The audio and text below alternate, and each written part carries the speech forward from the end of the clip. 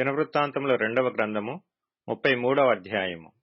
మనష్షే ఏలనారంభించినప్పుడు 12 వాడై యెరూషలేములో 55 సంవత్సరములు ఏలెను.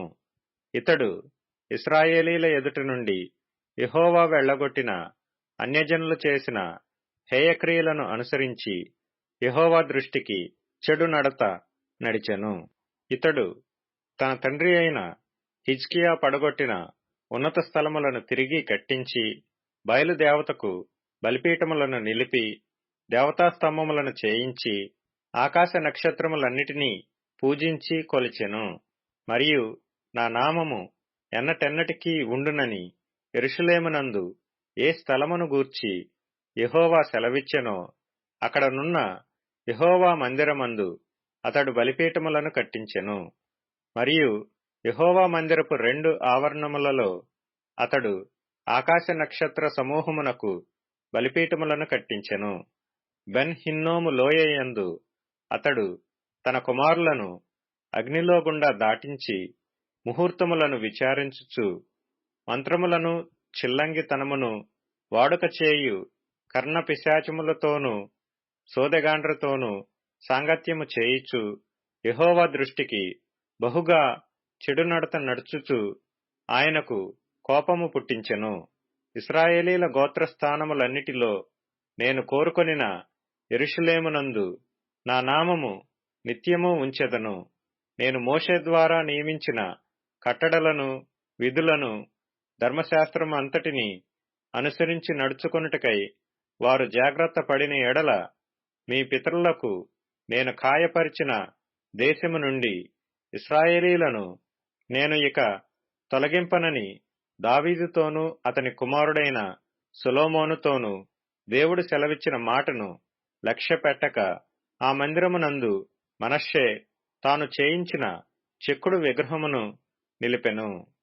ఈ ప్రకారము మనష్షే యూదావారిని, యెరూషలేము కాపురస్తులను మోసపుచ్చిన వాడై ఇశ్రాయేలీల ఎదుట ఉండకుండా యెహోవా నశింపచేసిన అన్యజనుల కంటెను వారు మరింత అక్రమముగా ప్రవర్తించున్నట్లు చేయుటకు కారకుడాయెను.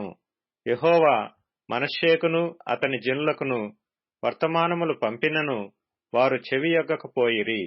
కాబట్టి యెహోవా అష్షూరు రాజు యొక్క సైన్యాధిపతులను వారి మీదికి రప్పించెను.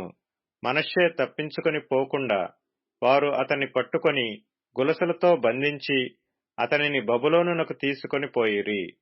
అతడు శ్రమలో ఉన్నప్పుడు తన దేవుడైన యెహోవాను బతిమాలుకొని తన పితరుల దేవుని సన్నిధిని తన్ను తాను బహుగా తగ్గించుకొని ఆయనకు మొరలెడగా, ఆయన అతని విన్నపములను ఆలకించి యెరూషలేమునకు అతని రాజ్యములోనికి అతని తిరిగి తీసుకొని వచ్చినప్పుడు యెహోవా దేవుడై ఉన్నాడని మనష్షే తెలుసుకొనెను. ఇది అయిన తరువాత అతడు దావీదు పట్టణము బయట గీహోనుకు పడమరగా లోయయందు మత్స్యపు గుమ్మము వరకు ఓపెలు చుట్టూను బహు ఎత్తుగల గోడను కట్టించెను. మరియు యూదాదేశములోని బలమైన పట్టణములన్నిటిలోనూ సేనాధిపతులను ఉంచెను.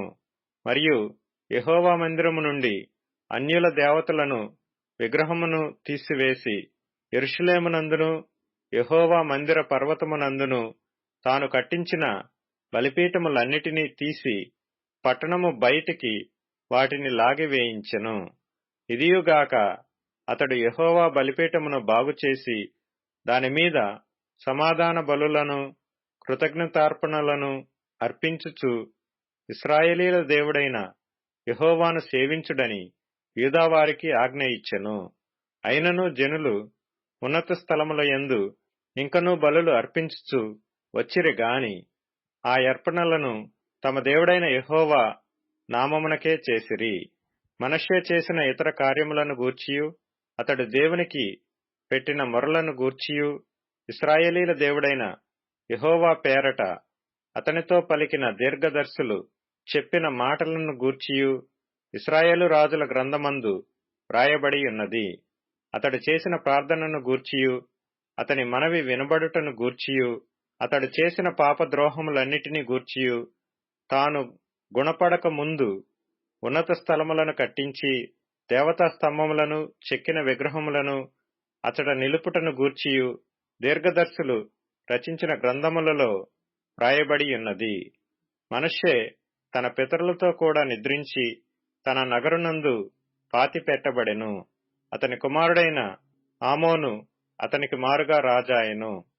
ఆమోను ఏలనారంభించినప్పుడు 22 వాడై యెరూషలేములో 2 సంవత్సరములు ఏలెను.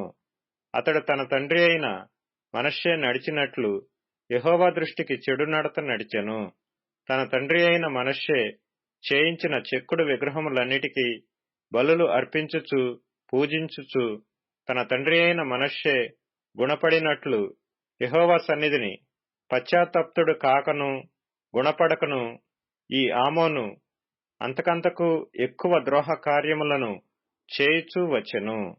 అతని సేవకులు అతని మీద కుట్ర చేసి అతని నగరునందే అతని చంపగా దేశ జనులు ఆమోను రాజు మీద కుట్ర చేసిన వారినందరినీ హతము చేసి అతని కుమారుడైన యోషీయాను అతని స్థానమందు రాజుగా నియమించిరి.